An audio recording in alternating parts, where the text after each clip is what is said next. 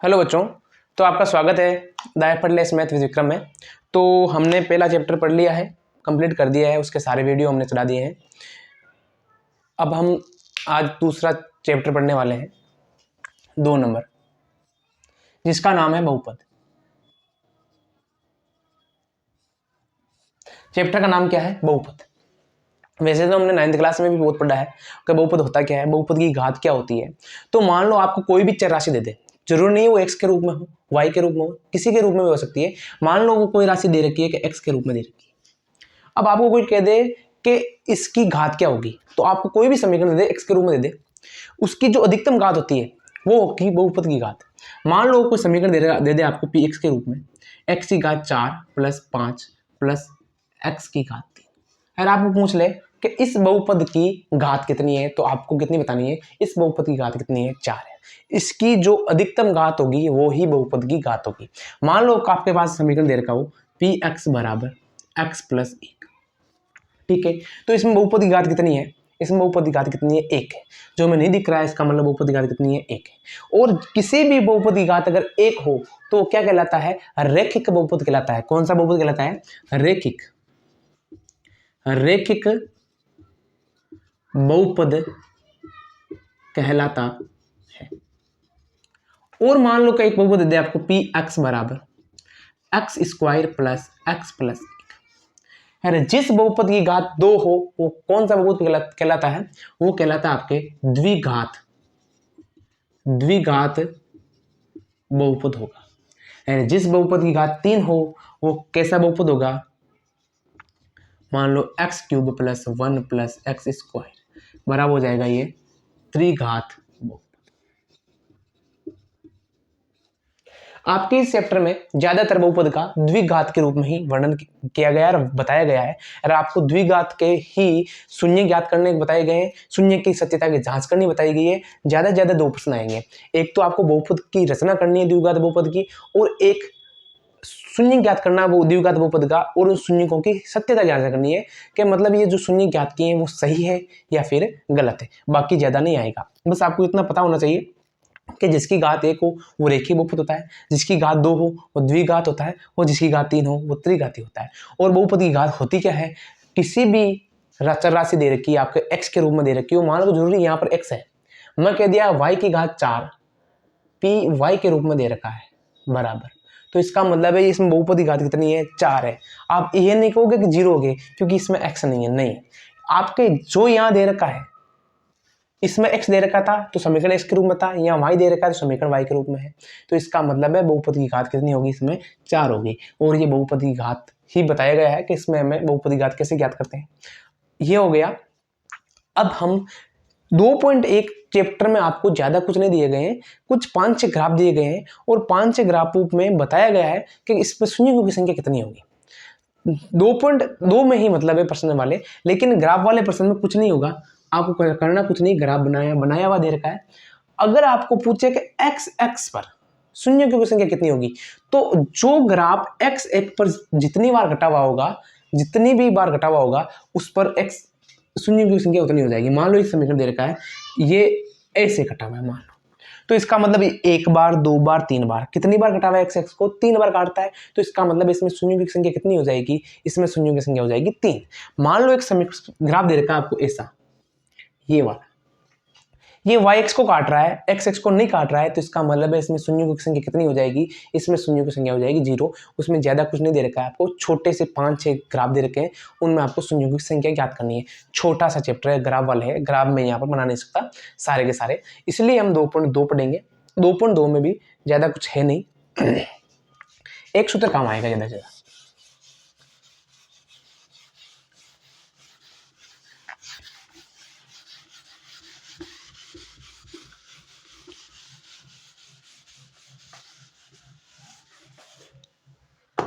अब 2.2 में आपको सबसे पहले द्विघात समीकरण का व्यापक रूप पता होना चाहिए कि द्विघात समीकरण का व्यापक रूप होता क्या है। तो आपको लिखना है द्विघात समीकरण का व्यापक रूप। द्विघात समीकरण का व्यापक रूप होता है ax² + bx + c बराबर 0। यह होता है कि द्विघात समीकरण का व्यापक रूप होता है। मतलब कोई भी आपको अगर द्विघात समीकरण दे रखा होगा वो आपको इस रूप में दे रखा होगा, और यहां पर जो a है वो एक्स स्क्वायर का गुणांक है, जो b दे रखा है वो x का गुणांक दे रखा है, और c दे रखा है वो क्या दे रखा है, अचर पद दे रखा है। आया समझ में? तो इसमें आपको दे रखा है a दे रखा है वो एक्स स्क्वायर का गुणांक होगा, b दे रखा है वो x का गुणांक होगा, और c है वो अचर पद दे रखा है। आपको 2.2 में कुछ नहीं करना है, शून्य ज्ञात करने हैं, शून्य की सत्यता की जांच करनी है। ज्यादा बड़ी बात नहीं है, आपको इसी बहुपद मान लो को शून्य ज्ञात करना हो। अब इसी प्रश्न में आपको लिख देता हूं यहीं पर भी कि शून्यकों का योग। आपको ये पता होना चाहिए कि जिस बहुपद में ये द्विघात बहुपद है इसमें शून्यों की संख्या कितनी होगी, 2। अगर कोई त्रिघात बहुपद होता है तो शून्यों की संख्या कितनी होगी, 3। अगर कोई रेखिक बहुपद होता है तो शून्यों की संख्या कितनी होगी, 1। तो याद रखना इसमें शून्यों की संख्या कितनी होगी, इसमें शून्य होंगे 2। फिर आप उनको अल्फा व बीटा मान सकते हो क्योंकि आपके सारे प्रश्न इसी से सरल करेंगे। तो शून्यों का योग अल्फा प्लस बीटा बराबर होता है माइनस एक्स का गुणांक बटा एक्स स्क्वायर का गुणांक बराबर होता है माइनस। अब x का गुणा क्या दे रखा है, आप b दे रखा है तो माइनस का b, और x स्क्वायर गुणा के दे रखा है, हो गया। अगर आ जाए यहां पर अगला क्वेश्चन, शून्यकों का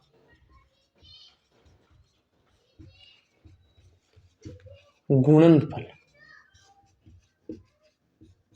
अल्फा बीटा बराबर हो जाएगा माइनस नहीं आएगा, यहां आएगा अचर पद बटा एक्स स्क्वायर का गुणांक। अचर पद कितना दे रखा है आपको, यहां पर c दे रखा है, ये c अपॉन a आ गया। आपको 2.2 के क्वेश्चन में शून्य ज्ञात करने, शून्य ज्ञात करने के बाद में आपको ये जांच करनी है कि जो हमने शून्य ज्ञात की वो सही है या नहीं। मतलब जो शून्य ज्ञात होगा उनको दोनों को जोड़ना है, फिर इस समीकरण में दिए हुए समीकरण में एक्स का मान लिखना है, एक्स स्क्वायर का मान लिखना है। अगर दोनों पक्ष बराबर आ जाए तो हमारा जो शून्य ज्ञात की वो सही है, अन्यथा गलत है। तो ये 2 सूत्र इंपॉर्टेंट है। इन 2 सूत्रों के द्वारा ही आपके जब शून्य दे रखे होंगे तो आपको बहुपद की रचना करनी हो तो इन्हीं सूत्र से होगा। वो आपको सूत्र में आगे लिखा दूंगा कैसे करनी है कैसे नहीं करनी है। तो ये अब 2.2 का पहले का ये ए दे रखा है एक्स स्क्वायर माइनस का 2x प्लस का 8, प्लस का 8 नहीं है माइनस का 8 दे रखा है। ये आपके सामने प्रश्न दे रखा है। सबसे पहला प्रश्न यही दे रखा है कि आपको दिए गए बहुपदों को शून्य ज्ञात कीजिए, शून्य को कोई गुणांकों के सत्यता की जांच भी कीजिए। कहने का मतलब है आपको शून्य ज्ञात करने हैं और बहुपद में गुणांकों की सत्यता की जांच भी करनी है। तो आपको पता होना चाहिए कि द्विघात का व्यापक पद, मैं बार बार नहीं लिखूंगा, ये आपको 1-2 बार लिखूंगा। द्विघात का व्यापक रूप क्या दे रखा होता है, एक्स स्क्वायर प्लस का बी एक्स प्लस का सी। प्लस माइनस हो सकता है लेकिन देखो ये एक्स स्क्वायर दे रखा है, बी एक्स दे रखा है, सी दे रखा है, तीनों पर दे रखे, ये है इसका व्यापक रूप दे दिया। अब हमें करना क्या है, हमें करना है इसके शून्य ज्ञात करना है। तो एक्स स्क्वायर माइनस का 2x माइनस का 8 बराबर 0 लिख दिया। क्या ज्ञात करना है, हमें शून्य ज्ञात करना है। तो इसका मतलब है इसको शून्य के बराबर लिखना पड़ेगा हमें। अब शून्य ज्ञात करने के लिए आपको सबसे पहले एक चीज पता होनी चाहिए, जब कोई समीकरण ऐसा दे रखा हो, ठीक है, तो बीच वाले पद के हमें ऐसे 2 टुकड़े करने हैं कि उन्हें जोड़े तो वापस वही आए, और गुणा करें तो पहला और तीसरा पद का क्या है, गुणनफल है। तो मैं इसका टुकड़ा करना चाहूंगा। देखो एक्स स्क्वायर माइनस का 4x माइनस का 2x माइनस का एक बार के लिए समीकरण को वापस देखो, यहाँ माइनस करिएगा प्लस का आएगा, तो 4x में से 2x गया, कितना बचा 2x, बीच वाला पद आ गया। इन दोनों को गुणा करो, 4 दूने 8, माइनस है माइनस आ गया, x का x से गुणा करो, x स्क्वायर आ गया, तो उत्तर आया माइनस का 8x स्क्वायर, और पहले और तीसरे पद का गुणा करो, माइनस का 8x स्क्वायर। तो आपको याद रखना है कि जब भी कोई ऐसा बहुपद दे दे तो मैं बीच वाले पद के ऐसे दो टुकड़े करने हैं कि जोड़ने पर तो वापस वही पद आए, लेकिन गुणा करें तो पहला पद और तीसरा पद का क्या है, गुणनफल है। तो जोड़ा हमने इन दोनों पदों को, माइनस का 4 और प्लस का 2 जोड़ेंगे तो आएगा माइनस का 2, तो माइनस का 2x आ गया। अब इन्हें गुणा करो, 4 दूने 8, x को x से गुणा किया, कितना आया, x स्क्वायर आ गया, और पहले और तीसरे पद का गुणा करो, माइनस का 8x स्क्वायर, तो दोनों बराबर हो गए। तो इसका मतलब हमने जो टुकड़े किए वो सही किए। मैं बार बार नहीं बताऊंगा, ये एक दो क्वेश्चन में अच्छे से बता दूंगा, बाकी आपको समझ में आ जाएगा। अब क्या करना है, दो दो के जोड़े बनाने हैं, एक तो पद हमें ये लेना है, एक ये लेना है, ठीक है। अब इन दोनों पदों में देखो कोई कॉमन चीज आ रही है क्या, आप देखो अच्छे से, इसमें x है, इसमें भी x है, तो इसका मतलब x कॉमन आ गया। x का भाग x स्क्वायर में कितनी बार गया, x बार गया, फिर ये माइनस का माइनस, फिर x का भाग 4x में कितनी बार गया, 4 बार गया। अब देखो इसमें प्लस का 2 कॉमन आ गया, 2 का भाग 2x में x बार गया, माइनस का माइनस आ गया, 2 का भाग 8 में 4 बार गया, चला गया। तो आप ये देखो इन दोनों पदों में कुछ कॉमन आ रहा है, x माइनस 4 आ रहा है, तो इसका मतलब हमने जहां तक किया वो लगभग लगभग सही है हमारा, ठीक है। इसमें x माइनस 4 कॉमन आ गया, फिर यहाँ पर कितना बचा x, फिर प्लस का 2, ये बराबर 0 लिखते रहो। क्यों लिखते रहो, क्योंकि हमें क्या ज्ञात करना है, शून्य ज्ञात करना है, और शून्य ज्ञात करते हैं तो 0 लिखते हैं। अब कोई भी चीज गुणा में दे रखी है तो इसका मतलब है x माइनस 4 बराबर या तो 0 है, या फिर x प्लस 2 बराबर 0 है, तभी तो ये समीकरण 0 होगा।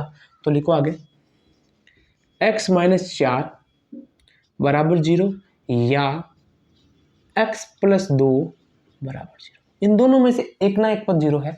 तो मैं x का मान देखो यहां से कितना आया, माइनस का 4 है, उधर जाएगा किस में जाएगा, प्लस में जाएगा, तो प्लस का 4 हो गया। अब या x, ये प्लस का 2 है, उधर किस में जाएगा, माइनस में, तो जाएगा माइनस का 2। तो हमारे पास x के कितने मान आए, 2 मान आ गए। 2 मान क्यों आए, क्योंकि ये द्विघात समीकरण दे रखा था, इसलिए हमारे कितने मान आए, 2 मान आए। x का मान एक तो आया x बराबर 4, एक आया x बराबर माइनस का 2। अब हमें शून्यकों की सत्यता की जांच करनी है, और जांच करने के लिए मैंने फॉर्मूला लिखाया था कि शून्यकों का योग बराबर होना चाहिए माइनस x का गुणांक बटा x स्क्वायर का गुणांक। तो वैसे ही करते रहो, तो यहां लिखो शून्यकों का योग बराबर, ठीक है, माइनस x का गुणांक बटा x स्क्वायर का, ठीक है।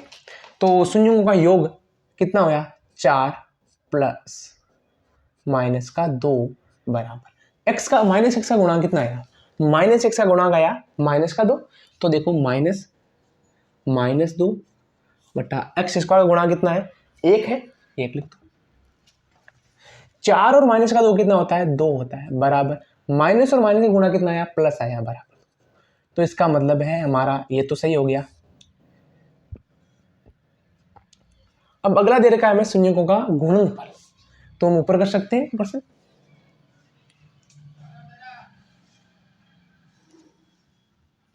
अब दे रखा है हमें शून्यकों का गुणनफल, याद करो शून्यकों का गुणनफल क्या होता है, अचर पद बटा एक्स स्क्वायर का गुणा, लिख दिया। शून्यकों का गुणनफल होता है अचर पद बटा एक्स स्क्वायर का गुणांक।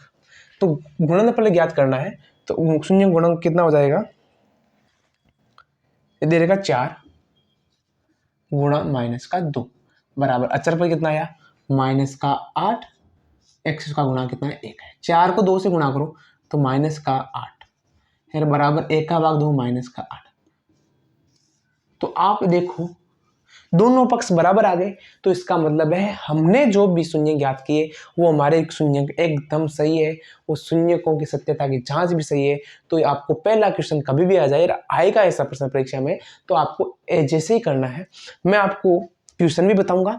जब सारी प्रश्नावलियों के क्वेश्चन हो जाएंगे तो सारी प्रश्नावलियों के सूत्र प्लस उदाहरण क्या है कि 7-8 उदाहरण है, तो वो बाद में बताऊंगा। अभी मैं फिलहाल के लिए आपको क्वेश्चन ही बताऊंगा, सारे के सारे उदाहरण वे इनके सूत्र छोटे छोटे पार्ट के रूप में मैं 10 मिनट 15 मिनट 10 मिनट 15 मिनट का पार्ट का हर प्रश्नावली का आपके सूत्र आएंगे। 15-16 पार्ट बनाऊंगा सूत्र वाले। जो भी आपके बेसिक चीजें हैं, जो भी आपको परीक्षा में याद करके जानी है, वो सारे बताऊंगा।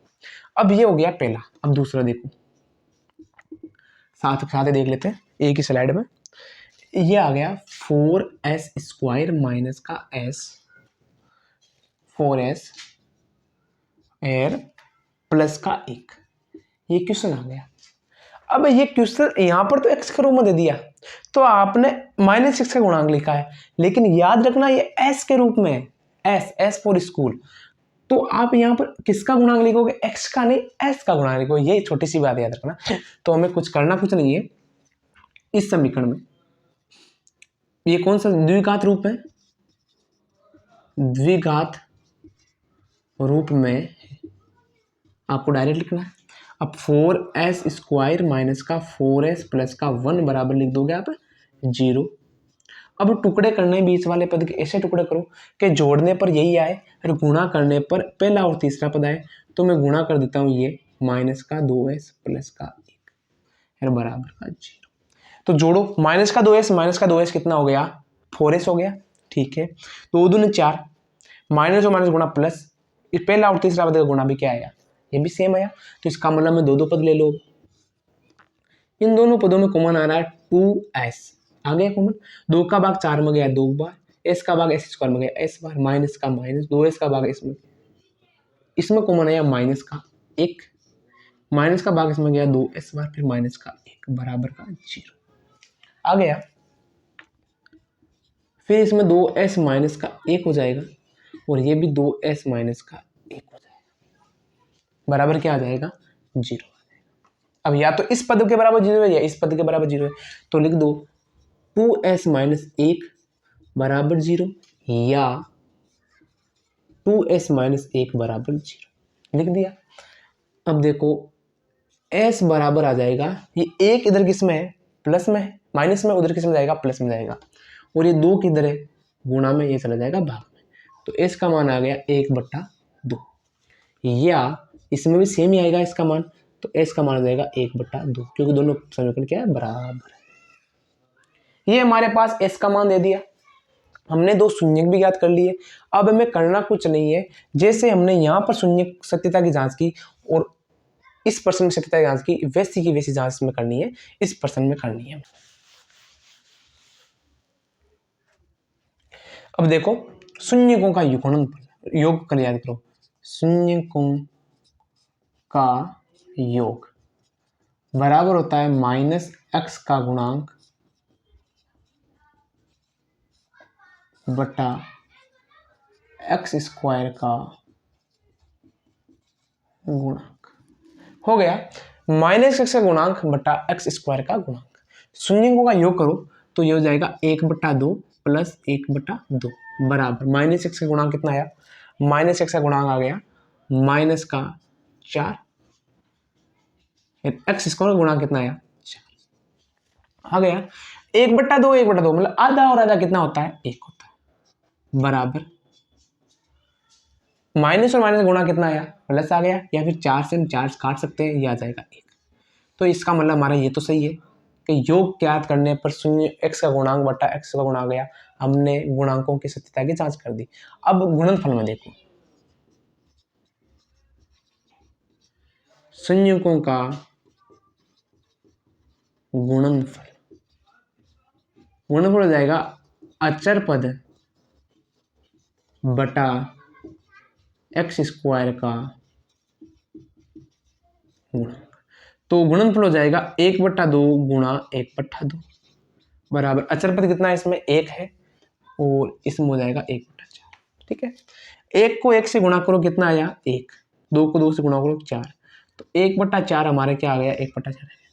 तो ये गुणनफल भी क्या हो गया, सत्य हो गया। तो इसका मतलब है हम इस क्वेश्चन के जो भी शून्य ज्ञात किए वो दोनों शून्य क्या है, सही है, एकदम सही है। आप ऐसे जांच करके प्रश्नों की जांच आराम से कर सकते हो। ये पहला और ये दूसरा प्रश्न आप आसानी से कर लिया। अब हम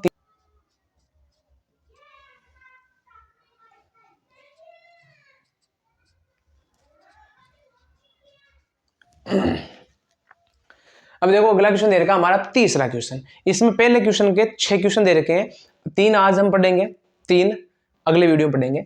6x² माइनस का 3 माइनस का 7x, तीन क्वेश्चन तीसरा क्वेश्चन दे रखा है।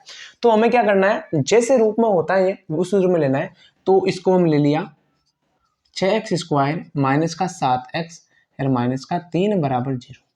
ये किस रूप में दे रखा हमें, द्विघात रूप में, द्विघात रूप में दे दिया। हमें बीच वाले पद के टुकड़े करने, तो बीच वाले पद के ऐसे टुकड़े करो कि जोड़ने पर तो यही आए, गुणा करने पर आ जाए। ये हो जाएगा 9x प्लस का 2x माइनस का 3 बराबर 0। -9 में से 2 गया, कितना बचा, माइनस का 7x। ठीक है, 9 दूना कितना हुआ, 18 हुआ, माइनस का 18x² हो गया। पहले और तीसरे गुणा करो, 6 × 18x²। इसका मतलब हमने जो टुकड़े किए वो क्या है, सही है। अब दो दो के जोड़े बना दो। इन दोनों में कॉमन क्या आ रहा है, इन दोनों में कॉमन आ रहा है, एक तो आया 3x, 3 का भाग 6 में गया 2 बार, x का भाग x² में गया x बार, माइनस का माइनस 3 का भाग इसमें गया 3 बार, फिर इसमें 2 कॉमन आ गया 2, 2 नहीं आएगा। इन दोनों में कॉमन कुछ नहीं आ रहा है, इसका मतलब 1 आ रहा है। फिर आ जाएगा 2x माइनस का 3 बराबर 0 हो गया। अब इन दोनों पदों में कॉमन क्या आ रहा है, 3x प्लस का 1 हो जाएगा और 2x माइनस का 3 हो जाएगा बराबर 0। इन दोनों पदों में से किसी भी एक पद का मान कितना है, 0 है। तो हमें क्या करना है, 3x प्लस 1 बराबर 0 हो जाएगा या 2x माइनस 3 बराबर 0 हो जाएगा। अब x का मान ज्ञात करना है हमें, एक इधर प्लस में इधर किस में जाएगा, माइनस में जाएगा। तो x का मान हो जाएगा माइनस का 1/3, एक तो ये हो जाएगा, या फिर x का मान हो जाएगा प्लस का 3/2, ये दोनों में से एक। अब एक कौन सा समीकरण दे रखा है, द्विघात समीकरण है। इसका मतलब है x के मान कितना है हमारे पास, 2 आए। हमें क्या करना है, शून्यकों की सत्यता की जांच करनी है। तो शून्यकों की सत्यता की जांच हो जाएगी, शून्यकों का योग बराबर -x का गुणांक बटा x² का गुणांक हो गया। अब योग हो जाएगा 1/3, माइनस का है, फिर प्लस का 3/2 हो गया, बराबर -x का गुणांक कितना है, -x का गुणांक दे रखा है माइनस का 7, फिर x कितना है, x का गुणांक दे रखा है 6। इन दोनों का लेसे पे कितना आया, 6 आया। 3 का भाग 6 में गया 2 बार, ये हो जाएगा -2 प्लस का 2 का भाग 3 किया 9, माइनस माइनस कितना हो गया, प्लस का 7/6। 9 में से 2 गया, कितना बचा, 7/6 बराबर कितना आया। तो इसका मतलब है हमारा शून्यकों का योग वाला तो सत्य हो गया। अब ये करना है शून्यकों का गुणनफल वाला। शून्यकों का गुणनफल ये होता है अचर पद बटा x² का गुणक होता है। अब गुणनफल करना है, गुणनफल हो जाएगा 1/3 गुणा 3/2। अचर पद कितना है इसमें, अचर पद दे रखा है -3, x का गुणांक कितना हो जाएगा 6। अब 3 से 3 कैंसिल हो गया, उत्तर कितना आया -1/2। ये भी कितना, 3 एकम 3, 3 दूना 6, उत्तर कितना आएगा -1/2। दोनों पद समीकरण आप यहाँ पद मतलब आपस में बराबर दे रखे हैं। तो इसका मतलब है हमने जो शून्य ज्ञात किए, हमारे द्वारा जो शून्य ज्ञात किए गए वो दोनों के दोनों शून्य के सही है। अब इसी के साथ हम आज की क्लास को यही समाप्त करते हैं। बाकी इस पर्सन पहले पर्सन के 3 प्रश्न तो हमने कर लिए, 3 प्रश्न और बचे हैं और एक दूसरा प्रश्न है और बड़ी प्रश्नावली नहीं है। 2 या 3 वीडियो में पूरी प्रश्नावली को खत्म कर देंगे। तो इसी के साथ मैं आज की वीडियो को समाप्त करता हूँ। तब तक के लिए गुड नाइट, सत श्री अकाल, जय हिंद, जय भारत।